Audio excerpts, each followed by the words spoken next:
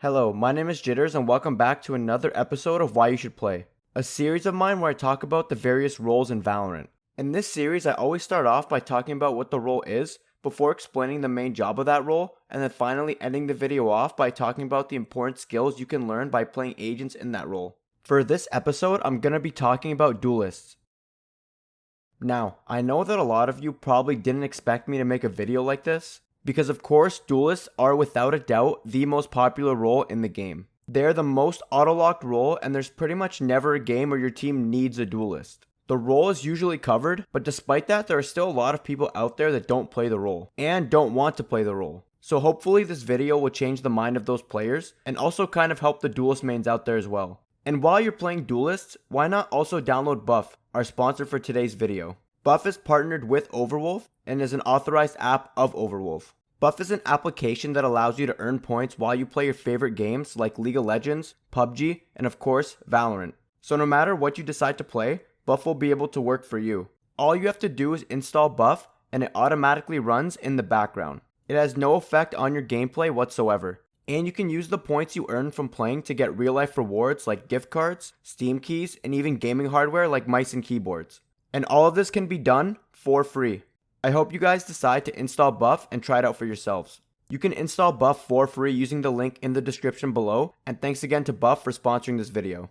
Now, let's start off by talking about what a Duelist is. There are currently 5 Duelists in Valorant: Jett, Raze, Reyna, Phoenix, and Yoru. Duelists generally have more aggressive util, usually having some combination of flashes, damaging abilities, and the highest mobility in the game. These agents are usually the biggest playmakers on the team and have the best util for making space for a team. With that one, it can feel very hard for your team to actually get onto a site. To be fair, you probably haven't ever had a game without a Duelist, but you probably had games where your Duelists don't help push onto a site, whether by playing in the back and not flashing for your team, or by lurking and playing on the other side of the map. But in those games where you do have a Duelist doing their job, you probably notice how much easier taking a site can be. And that kind of takes us to the main role of a Duelist, which is to be the player to take the first contact for a team. Now, this is kind of a large umbrella, but I'm going to try to cover everything under it. First, what does it mean to take first contact? Well, it pretty much just means that you're the first player to take a gunfight with an enemy player.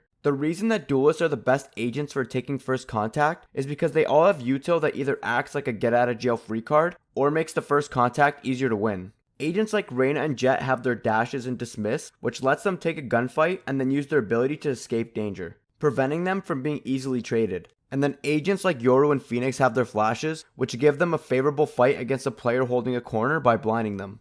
Compared to agents like Killjoy, Sage, or Viper, who all have to pretty much dry peek whenever they want to push onto a site first. On attack, Duelists are the agents that are expected to open up a site for your team. A Jett can throw smoke and dash in, causing a lot of chaos and making it hard for defenders to know where to shoot. A Phoenix can throw a flash to blind a defender who's holding a strong position. And an agent like Raze can use a grenade to get defenders out of a specific location and make them unable to peek from there while the nade is exploding. Their util is made to be explosive and have a high potential value in a short amount of time, with most of this utility like flashes and a Raze nade often being able to quickly convert into a kill. But the weakness of these abilities is that they aren't able to really stall very well compared to other agents. An ability like Raze's nade can get an enemy off the bomb, but after the 2 or 3 seconds or so, they can get right back on it. Compared to something like a Molly from Viper or Brimstone, which are able to get enemies off the bomb for like 7 or 8 seconds. Which is why it isn't really a Duelist's job to stay alive for a long time. Most of the time, if a Duelist takes first contact and either gets the first pick, or dies in a tradable position where their teammates get the trade and then are able to plant the bomb, you've pretty much done your job. Because more than likely with a good team comp, you should have agents on your team who have better utility than you for stalling defuses that can win the round for you after the bomb goes down. Now, on defense, their job is pretty similar, and them taking first contact could come in a few different ways. It's either through pushing on defense and taking space, trying to get themselves or their teammates an ult orb, or just getting a more aggressive position to allow their teammates to rotate more freely. Or through something like being the first one in on a site retake, which as I've mentioned before on this channel is effectively like another offense. I'll give a few examples of situations for how Duelists are supposed to be played on defense. Let's take A site on Haven. If you're playing something like Jett, you can smoke off the orb to grab it. From here you have 2 options. Let's say the enemy team peeks you and tries to spray you through the smoke. Well, in that case, you can either just dash away or even just run away and get back to safety, maybe even with the ult orb fully collected.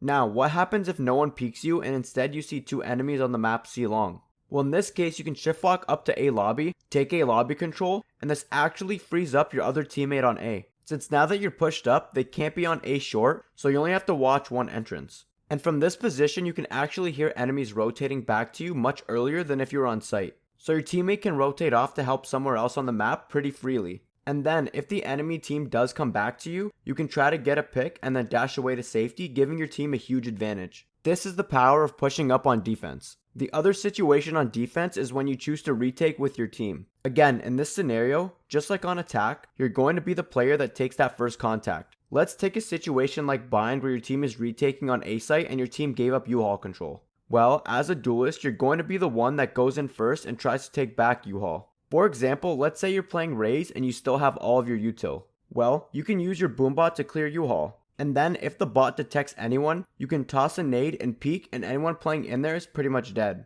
And now you've taken back control of one of the hardest areas to take in the game with just 2 abilities from 1 agent. I think I've talked about this point enough, but yeah, having a duelist is very important. And even though I know a lot of people don't like seeing duelist autolocks in their game, they fill a role that's very necessary for a team comp, and you do still need a duelist in a lot of cases. Now that I'm done talking about the main job of a duelist, it's time I start mentioning some of the important skills you can learn from playing this class of agents. The first point I wanted to mention is that you learn how to take space. With a lot of the other classes of agents, you don't really get this opportunity. On defense, sentinels are supposed to be anchors, and it often doesn't feel right pushing when you have an entire setup on a site behind you. So often, sentinel players just stay on site. But there's still an advantage to pushing sometimes, even as a sentinel. And playing a duelist that doesn't have the same responsibility can help you limit test and practice that skill. And don't get me wrong, this isn't as easy as it sounds. A lot of people do it wrong, which is why I think lower level players don't like their teammates pushing on defense. But there's a right way and a wrong way to do it. You have to take certain things into account, such as both teams' economies, whether your team already has a pick, as well as how many enemies you've already seen on the map. So if your team has full weapons but the enemy team doesn't, you don't really want to push up since you could risk losing your weapon to an enemy trying to cheese. Whereas if your team had the worst weapons, or both teams had enough to full buy that round, the push might be worth it since you could get a kill on an enemy that isn't expecting it and turn an even or unfavorable round into a favorable round.